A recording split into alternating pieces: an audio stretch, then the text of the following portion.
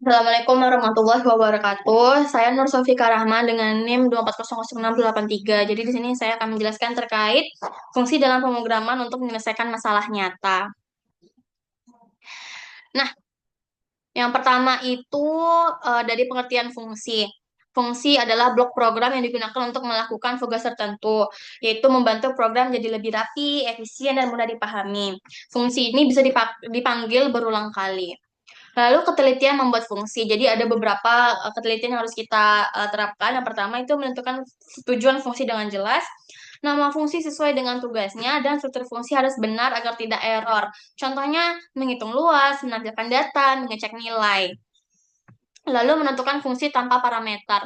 Jadi fungsi ini dijalankan tanpa menerima data dari luar. Nilai sudah ditentukan di dalam fungsi dan cocok untuk proses sederhana. Contohnya fungsi menampilkan pesan. Lalu memilih dan menentukan passing parameter.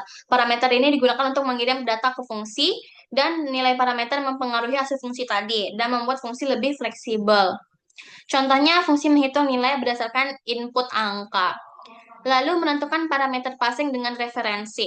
Jadi perubahan di fungsi itu mempengaruhi nilai hasil yang sudah kita masukkan.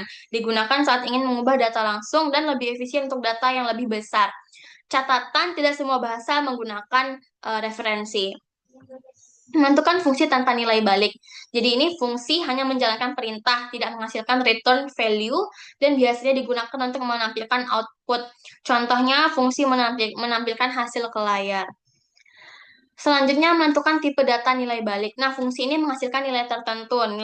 Nilai balik itu memiliki tipe data ada int, float, and string, dan lain-lainnya. Hasil ini bisa digunakan kembali, yang dimana contohnya itu fungsi mengembalikan hasil perhitungan. Lalu membedakan fungsi dengan data dengan dan tanpa nilai balik. Fungsi dengan nilai balik itu sama dengan menghasilkan data. Kalau fungsi tanpa nilai balik itu hanya menjalankan proses. Pemilihan fungsi itu tergantung kebutuhan masalah yang ingin kita bikin.